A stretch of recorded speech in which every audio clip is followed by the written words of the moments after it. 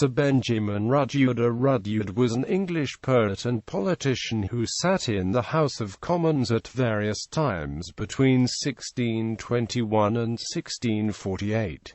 He was also a colonial investor who was one of the incorporators of the Providence Company in 1630. He was a moderate supporter of the Parliamentary cause in the English Civil War.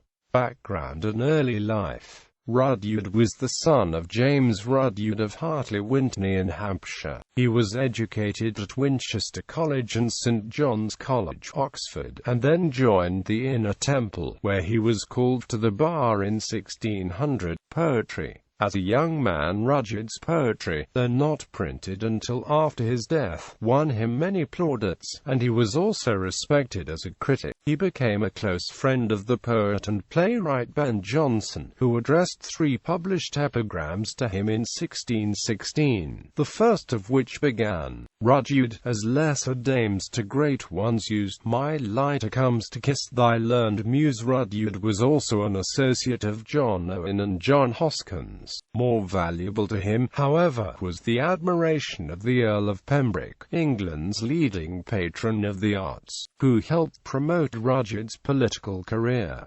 Rudyard's most important surviving poems are a series written in answer to poems by the Earl. Political career. In 1618, Rudyard was knighted, and appointed for life to the lucrative post of Surveyor of the Court of Wards. He had a long career in Parliament, and most of the constituencies for which he sat were ones where the Pembroke influence was strong. In 1621, he was elected Member of Parliament for Portsmouth. He was re-elected MP for Portsmouth in 1624 and 1625. At first, Rudyard was generally supportive of the court, in line with the policy of his patron Pembroke, and by 1624 seems to have been the government's unofficial spokesman in the Commons. He continued to support Buckingham after the accession of Charles I.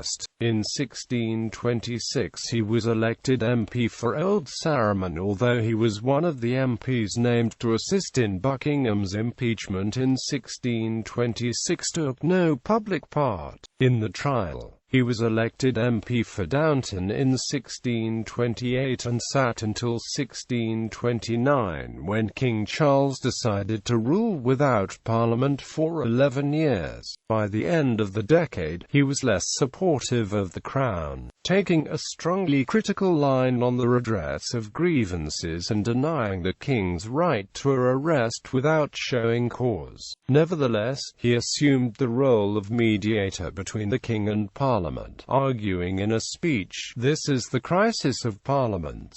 We shall know by this if parliaments live or die. If we persevere, the King to draw one way, the Parliament another, the Commonwealth must sink in the midst." During the interval between the Parliaments of 1629 and 1640, Rudyard became interested in colonial developments in North America, and in 1630 was a co-founder of the Providence Company.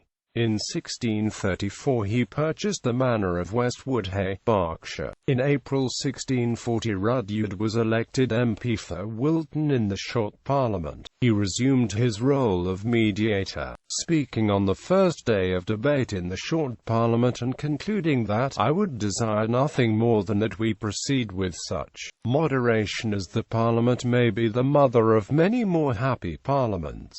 In November 1640 he was re-elected MP for Wilton in the Long Parliament. His first speech in the Long Parliament was less conciliatory and was a vigorous attack on the King's evil counsellors. Rudyard took the Parliamentary side on the outbreak of the Civil War, but does not seem to have been an enthusiastic supporter of the cause, and his attendance in the House was twice specially ordered. In 1643, he was one of the MPs appointed to the Westminster Assembly, and in the same years was also a member of the Council appointed by the Long Parliament. In 1643 for the government of the English colonies, he was opposed to the trial of the King and Harrington was excluded from Parliament in Pride's Purge, after which he retired from public life. His time in Parliament was long and, in the words of Brunton and Amp Pennington, unhampered by political consistency, though contemporaries nicknamed him the Silver Trumpet of Parliaments for his pleasing oratory. Rudyard died at the age of about 86 at Westwood Hay in 1658. Rudyard married Elizabeth Harrington, daughter of Sir Henry Harrington and a relation of the Earl of Pembroke.